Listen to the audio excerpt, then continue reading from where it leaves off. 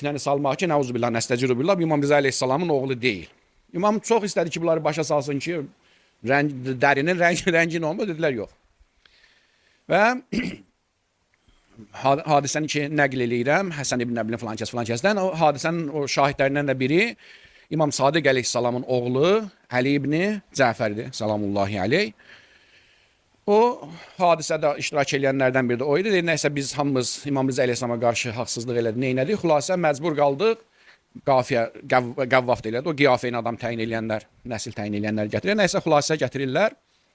Həmən vaxt neçə nəfər ki o nəsil tanıyanlar ilə gəlirlər, girirlər məclisə. İmam Rıza əleyhissalam da bostanda, əlində lapatka kənarda işləyirdi. Əlində də bir qalın paltar geyindirmişdilər ki, hiss olunmasın siması. İmamın əmirləri, qardaşları, zatları həmisi əyləşmişdilər orada. Nəysə o qəvvaflar, o qiyafəyin adam təyin eləyənlər baxdılar, dedilər ki,